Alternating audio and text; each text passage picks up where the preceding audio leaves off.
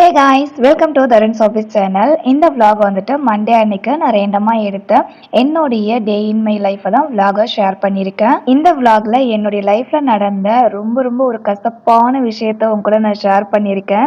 vlog வந்து ரொம்பவே இன்ட்ரெஸ்டிங்காக இருக்கும். ஸோ ஃபுல்லாக வந்து பாருங்க. இந்த vlog பார்த்ததுக்கு அப்புறமா இந்த வீடியோ உங்களுக்கு பிடிச்சிருந்து அப்படின்னா வீடியோக்கு ஒரு சின்ன லைக்கும் பண்ணிக்கோங்க.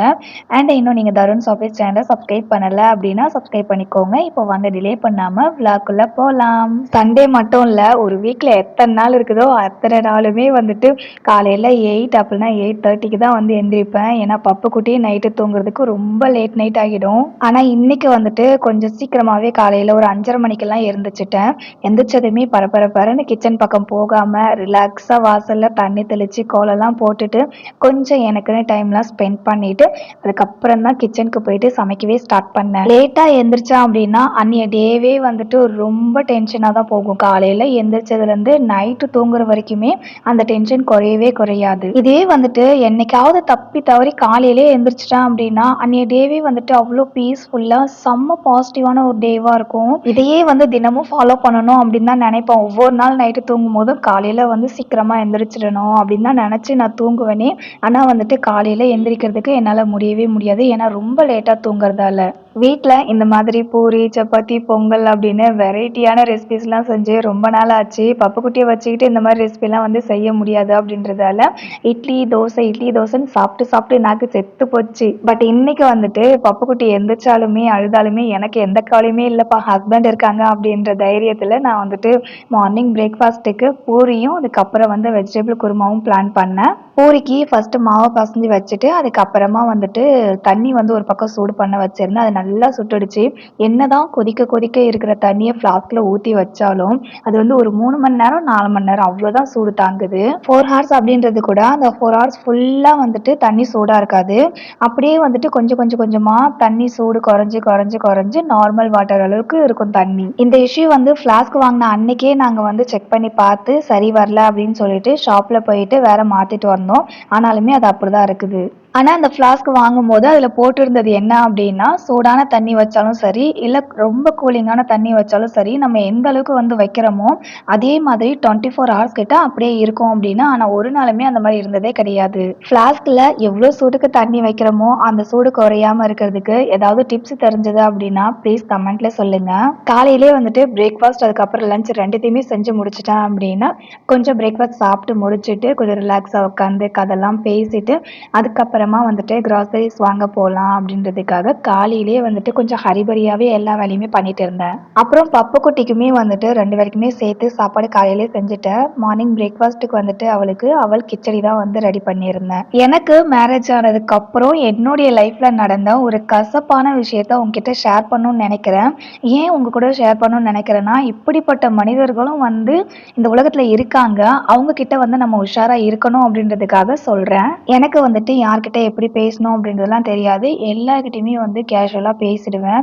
ஆக்சுவலாக வந்துட்டு நான் கொஞ்சம் கூச்ச சுபாவம். அவ்வளோ சீக்கிரம் நான் யார்கிட்டையுமே வந்து பேச மாட்டேன். ஆனால் கொஞ்சம் நல்லா பேச ஸ்டார்ட் பண்ணிட்டேன், அவங்க கூட வந்து அட்டாச் ஆகிட்டேன் அப்படின்னா அதுக்கப்புறம் வந்துட்டு என்கிட்ட ஒரு சீக்ரெட் கூட இருக்காது. எல்லாத்தையுமே வந்து அவங்ககிட்ட ஷேர் பண்ணிக்கிட்டே இருப்பேன். இதுதான் நான் பண்ணுற தப்பு. இந்த மாதிரி என்னுடைய லைஃப்பில் நடக்கிற எல்லா விஷயத்தையுமே கொஞ்சம் கூட ஒரு சீக்ரெட் கூட இல்லாமல் எல்லாத்தையுமே அவங்ககிட்ட வந்து ஷேர் பண்ணிக்கிட்டே இருந்தேன்.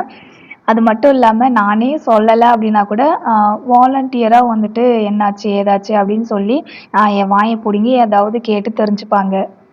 என்ன ஒரு கொண்டமா இது? இரு, உன்னுடைய ஹேர் ஸ்டைலை வந்து ஃபோக்கஸ் பண்ணி உன் ஹேர் ஸ்டைலை காமிடி. திருப்பு பட்டுமா? ஹேர் ஸ்டைலை காமிமா. என்னது இது? புலிக்குட்டி தம்பி பூனைக்குட்டி மாதிரி.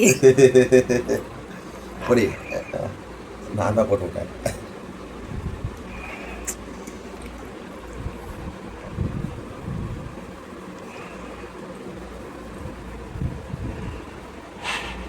Top testing.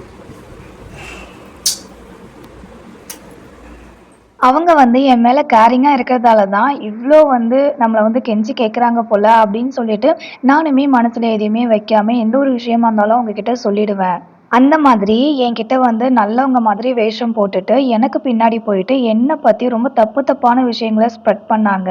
இந்த விஷயம் எனக்கு தெரியாமலேயே அவங்க நல்லவங்க அப்படின்னு சொல்லிட்டு அவங்ககிட்ட நான் பேசிக்கிட்டே இருந்தேன். பட் ஒரு நாள் அவங்க வந்து இந்த மாதிரி எனக்கு பின்னாடி என்னென்னலாம் வந்து பண்றாங்க அப்படின்றது என் காதுக்கு வரும்போது, என்னால அந்த ஒரு விஷயத்த தாங்கிக்கவே முடியல. ரொம்ப ஹார்ட் பிரேக்கிங்கா இருந்துச்சு. அந்த ஒரு கஷ்டத்துலருந்து நான் மீண்டு வந்துட்டேன். ஆனாலுமே அந்த ஒரு விஷயம் என்ன எவ்ளோ அஃபெக்ட் பண்ணியிருக்கு அப்டின்னா, இப்ப எனக்கு ஒரு புது உறவு கிடைக்குது அப்டின்னா, அவங்க வந்து நல்லவங்க அப்டின்றது நல்லாவே எனக்கு தெரியுது. ஆனா, அந்த ஒரு உறவுகிட்ட என்னால வந்து கேஷுவலா பேசவே முடியல. ஏன்னா, இவங்களுமே வந்துட்டு அந்த மாரி தான் பண்ணுவாங்க அப்டின்னு என்னுடைய மைண்ட் அந்த ஒரு விஷயத்த மட்டும் தான் யோசிக்குது. அதனால புதுசா ஒரு ரிலேஷன்ஷிப் வருது அப்டின்னாலவே, இவங்ககிட்ட நம்ம வந்து லிமிட்டா தான் இருக்கணும். நம்ம வந்து டிஸ்டன்ஸ் மெயின்டெயின் பண்ணணும் அப்டின்ற தாட் தான் வருதே தவிர, அவங்ககிட்ட கேஷுவலா பேசி மனசு ரிலாக்ஸ் ஆகணும் அப்டின்ற ஒரு எண்ணம் வரவே மாட்டுது.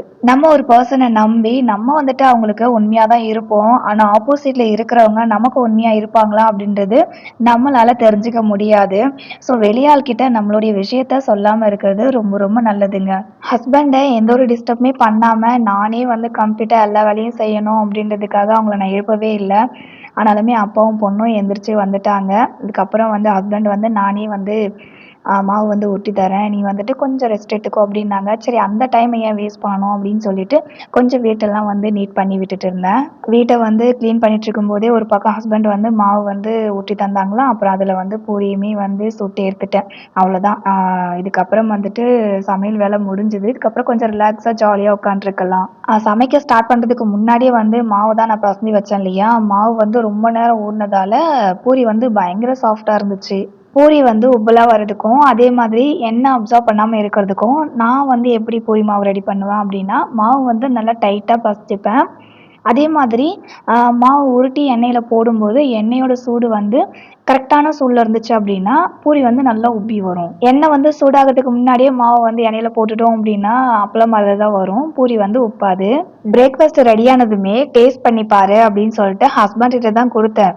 அவங்க வந்து வீடியோ ஆன்ல இருக்கிற வரைக்கும் நல்லா இருக்கு அப்படின்ட்டாங்க. வீடியோ கட் பண்ணதுமே திரு திருன்னு முழிச்சாங்களா, ரைட்டு ஏதோ ஒண்ணு அதிகமா இருக்கு அப்படின்னு நெனச்சுட்டேன். வீடியோ எடுக்கிறோம் அப்படின்றதால நல்லா இருக்குன்னு சொல்றாங்க போல அப்படின்னு நெனச்சுக்கிட்டேன். அதுக்கப்புறம் நான் சாப்பிடுற வரைக்குமே வந்துட்டு காரமா இருக்கா, இல்ல உப்பு அதிகமா போட்டேனா அப்படின்னு கேட்டுட்டே இருந்தேன். எந்த ஒரு பதிலுமே சொல்லவே இல்ல. நீயே சாப்பிட்டு பாரு அப்படின்ட்டாங்க. போச்சு, உப்பு அள்ளி கொட்டிட்டோம். அப்படின்னா காரத்த தான் வந்து அதிகமா போட்டுட்டோம் அப்படின்னு நெனச்சுட்டு இருந்தேன். அதுக்கப்புறம் சாப்பிட்டதுக்கு அப்புறம் தான் தெரியுது எல்லாமே கரெக்ட்டா இருந்திருக்கு. என்ன வந்து பயமுறுத்துறதுக்காக தான் அந்த மாரி சொன்னாங்களாமா. பிரேக்ஃபாஸ்ட் சாப்பிட்டு முடிச்சதுக்கு அப்புறமா அப்படியே கையோட வந்துட்டு காலையிலேயே வந்து சிங்க்ல இருந்து பாத்திரத்தலாம் எடுத்து வெளிய போட்டுட்டேன். ஸோ அதெல்லாம் வந்து கழுவி வச்சிடலான்னு தான் கழுவி வச்சுட்டுருக்கேன். இந்த பாத்திரத்த கழுவி வச்சுட்டேன் அப்படின்னாலவே வீட்ல இருக்கிற முக்காவாசி வேலை முடிஞ்ச மாதிரி. வீட்டு வேலை எல்லாத்தையுமே கம்ப்ளீட்டா முடிச்சதுக்கு அப்புறமா அப்படியே ஃப்ரீயா கொஞ்ச நேரம் ரிலாக்ஸா உட்காந்து பப்ப குட்டி கூடலாம் ஜாலியா விளையாடி கதைலாம் பேசிட்டு மைண்ட் நல்லா ரிலாக்ஸ் ஆனதுக்கு அப்புறமா வந்து செடி வைக்கலாம்னு சொல்லிட்டு மண்ணு போய் எடுத்துட்டு வந்தாங்க. எனக்கு வந்து பெருசா இந்த செடி வைக்கிறதுலாம் அந்த அளவுக்கு இன்ட்ரெஸ்டே கிடையாது. ஆனா வந்து இந்த வீட்டுக்கு வந்த புதுசுல இந்த வீட்டுடைய வாசல்ல வந்துட்டு பாவக்காய் கொடி ஒண்ணு இருந்தது.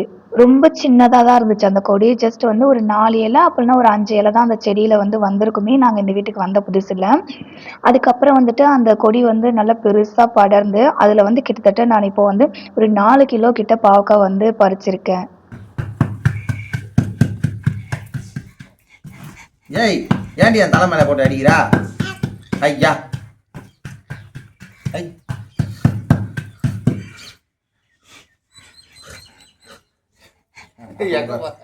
சமத்தா உட்காரணும்னா சமத்தா உட்காரணும். என்ன அப்போ தான் ஒரு கட்டி மண்ணு தருவேன். நான் சமத்தா உட்காரேன். பெரிய கட்டி வேணுமா சின்ன கட்டி வேணுமா? மண்ணு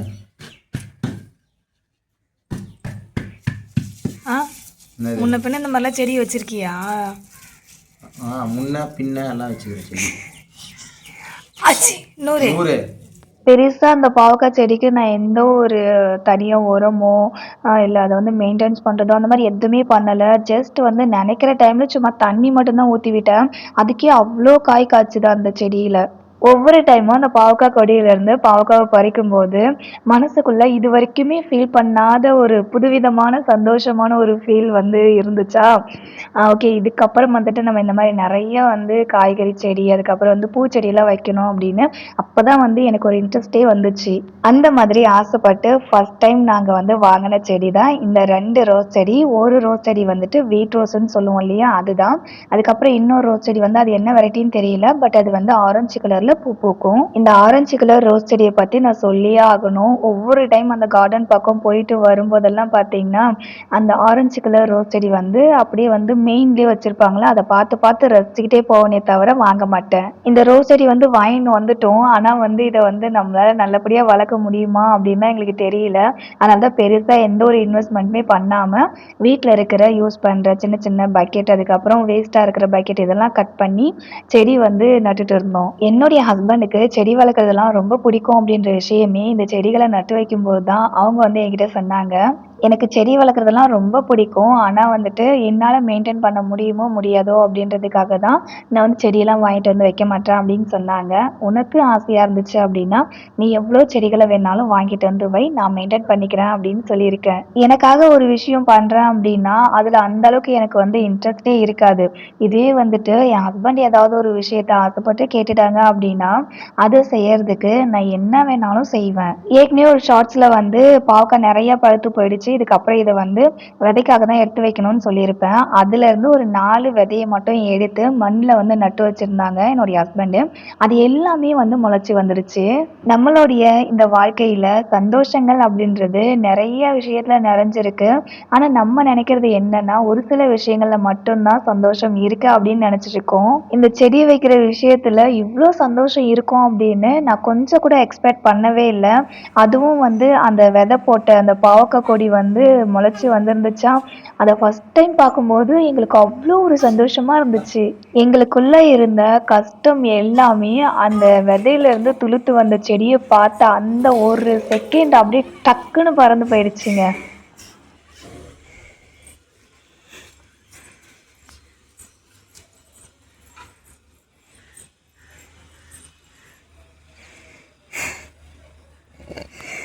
அப்பா எங்க? எங்க அப்பா எங்கம்மா? அப்பா எங்க? பார்த்துட்டியா? சோ அப்பா பெருசா இருக்கிறதால இடம் பத்தலம்மா ஒழியறதுக்கு. கண்டுபிடிச்சிட்டியா? கண்டுபிடிச்சிட்டியா நீ? இப்போதைக்கு எங்க வீட்ல வந்து மாடியில 2 ரோஸ் செடி, அதுக்கப்புறம் வந்து தக்காளி செடி, பாவக்காய் கொடி, அதுக்கப்புறம் வந்து கற்பூரவள்ளி. ஸோ இதுதான் இருக்கு. அ இதெல்லாம் வந்துட்டு நான் எந்த அளவுக்கு வந்து நல்லபடியா வளர்க்குறேன் அப்படின்றத ஃப்யூச்சர் வீடியோஸ்ல காமிக்கிறேன். மாடியில வச்சிருக்க எல்லா செடிக்குமே வந்து தண்ணி ஊத்திட்டு, அதுக்கப்புறமா வந்துட்டு வீட்ல வந்து கிராசரிஸ் வந்து காலியாயிடுச்சு. அது வந்து வாங்குறதுக்காக ஷாப்பிங் போனோம். நான் எப்பவுமே வந்து கிராசரிஸ்லாம் வாங்க போறேன் அப்படின்னாலும், வெஜிடபிள்ஸ் வாங்க போறேன் அப்படின்னாலும், ஃபர்ஸ்ட்டு வந்து ஒரு லிஸ்ட் போட்டுப்பேன். இத மட்டும் தான் வாங்கணும் அப்படின்னு. எக்ஸ்ட்ரா வந்துட்டு ஒரு 2, 3 திங்ஸ் வாங்குவேனே தவிர்த்து, பார்க்குற எல்லாத்தையுமே எடுத்து நான் வந்து பாஸ்கெட்ல போட்டுற மாட்டேன். இந்த லிஸ்ட் இல்லாம போனேன் அப்படின்னா, பார்க்கறத ஃபுல்லா இது வேணும், அது வேணும், இது வேணும், அது வேணும்னு எல்லாத்தையுமே வந்து எடுத்து பாஸ்கெட்ல போட்டுருவேன். ஸோ இந்த மாரி லிஸ்ட் போட்டுட்டு போனோம் அப்படின்னா, எது தேவையோ அது மட்டும் எடுத்துட்டு வரதால, கொஞ்சம் காசு வந்து ரொம்பவே மிச்சமாகும். அதுவும் வந்து என்னுடைய ஹஸ்பண்ட் கூடலாம் வந்து நான் ஷாப்பிங் போனாலும் சரி, இந்த மாரி கிராசரிஸ் வாங்க போனாலும், எது வாங்க போனாலுமே சரி, கொஞ்சம் உஷாராவே இருக்கணும். கொஞ்சம் அசந்தேன் அப்படின்னா, பிரெயின் வாஷ் பண்ணி அத வாங்கிக்கோ, இத வாங்கிக்கோன்னு எதையாவது வாங்க வச்சுருவாங்க எக்ஸ்ட்ரா. எங்களுக்கு மேரேஜ் ஆன ஸ்டார்ட்டிங்ல வந்துட்டு இந்த மாரி லிஸ்ட் போட்டுலாம் போக மாட்டோம். அதே மாதிரி இந்த அமௌண்ட்டுக்குள்ள தான் வந்துட்டு எதுவா இருந்தாலும் வாங்கணும் அப்படின்னு ஒரு பிரைஸ் வந்து ஃபிக்ஸ் பண்ணிட்டும் போக மாட்டோம். அதனால என்ன ஆகும் அப்படின்னா, நெறைய தேவையில்லாத திங்ஸ்லாம் வாங்கிட்டு வந்துருவோம். எங்க வீட்ல வந்துட்டு அப்பா தான் கிராசரிஸ்லாம் வந்து வாங்கிட்டு வர போவாங்க.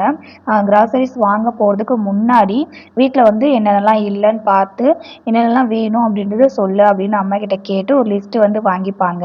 அந்த லிஸ்ட்ல இருக்கிற கிராசரிஸ மட்டும் தான் அப்பா வாங்கிட்டு வருவாங்க. கிராசரிஸ்க்குன்னு ஸ்பெண்ட் பண்ற மணியுமே ரொம்ப கம்மியான அமௌண்ட்டா தான் இருக்கும். இந்த ஒரு ஹேபிட்ஸ வந்து எனக்கு மேரேஜ் ஆகி ஒரு 2, 3 மாசம் ஆனதுக்கு அப்புறம் தான் நான் வந்து ஃபாலோ பண்ணவே ஸ்டார்ட் பண்ணேன். ஃபாலோ பண்ண ஸ்டார்ட் பண்ணதுல இருந்து வேஸ்ட்டா எதுவும் வாங்காம தேவையானத மட்டும் வாங்குற அளவுக்கு இப்போ நான் கொஞ்சம் மெச்சூரிட்டி ஆயிட்டேன். இந்த பூச்செடி வைக்கிற ஜாடியெல்லாம் வச்சுக்கிட்டு, "என்னம்மா ஜாடி வாங்க போறியா?" அப்படின்ற மாரி சொல்லிட்டு இருந்தாங்களா, எனக்கு பயங்கரமா சிரிப்பு வந்துருச்சு அங்க. பட் இப்போதைக்கு பட்ஜெட்குள்ளே வந்து இந்த ஜாடிலாம் இல்லை. அதனால் வந்து அதெல்லாம் வந்து சும்மா என்ன ரேட்டு அப்படின்றத மட்டும் செக் பண்ணிவிட்டு அங்கேயே வச்சுட்டு வந்தாச்சு.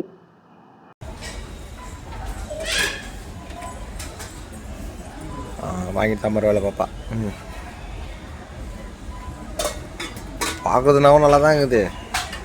என்னை அசிங்கப்படுத்துறதுக்கு என் ஆத்துக்கார் ஒருத்தர் போதும், வேறு யாருமே வேணாம். மோஸ்ட்லி வந்துட்டு ப்ரைஸ்லாம் எப்படி இருக்குது அப்படின்னு செக் பண்ணுறதுக்கு தான் இந்த பாத்திரம் செக்ஷனுக்கே நான் போவேன். ஏதாவது எனக்கு தேவைப்பட்டது இல்லை புதுசாக ஏதாவது வந்திருக்கா அப்படின்னா மட்டும்தான் நான் வாங்குவேன். என்னுடைய செக்ஷன்லாம் பார்த்து முடிச்சதுக்கு அப்புறமா டாய் செக்ஷனுக்கு தான் வந்தோம். எங்களுக்கு பிடிக்கிற மாதிரி அன்னைக்கு கலெக்ஷன்ஸ்லாம் அந்த அளவுக்கு எதுவும் இல்லை. அதனால் வந்து நான் கொஞ்சம் தப்பிச்சிட்டேன், டாய்ஸ்லாம் எதுவும் வாங்கலை. அவ்வளோதான், மண்டே வந்துட்டு வெற்றிகரமாக ஷாப்பிங்கோட கம்ப்ளீட் பண்ணியாச்சு. ஸோ இந்த மண்டே வந்து இப்படி தான் எங்களுக்கு செம்ம சூப்பரான ஒரு டேவாக வந்து போச்சு. இந்த விலாக் உங்களுக்கு பிடிச்சிருந்து அப்படின்னா வீடியோக்கு ஒரு சின்ன லைக் பண்ணுறேங்க. எப்போவுமே நம்ம மட்டும் சாப்பிட்றோமே பைபிளை கொஞ்சம் கூட கொடுக்காம அப்படின்னு சொல்லிட்டு டேஸ்ட் பண்ணுறதுக்காக கொஞ்சோண்டு சீஸ் பாப்கார்னு பப்புக்குட்டியோட வாயில் வச்சுட்டேன். அவ்வளோதான். அதுக்கப்புறம் வந்துட்டு அந்த சீஸ் பாப்கார்ன் வேணும்னு சொல்லிட்டு அவ்வளோ அட்டகாசம் பண்ண ஆரம்பிச்சிட்டா. ஏய் உதவாங்க பாரு, நீ பாப்கார்ன் தின்ற, நீ பாப்கார்ன் தின்னுவே நீ? ஐயா பாப்கார்ன் வேணுமா உனக்கு? நல்லா இருக்கா? நல்லா இருக்குதா? அது நாக்க தட்டினாக்குற நீ. ஐ உதவாங்க பாரு நீ.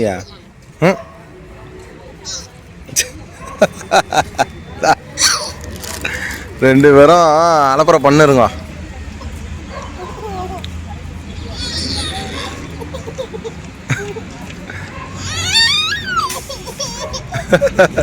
தரமாட்டதா?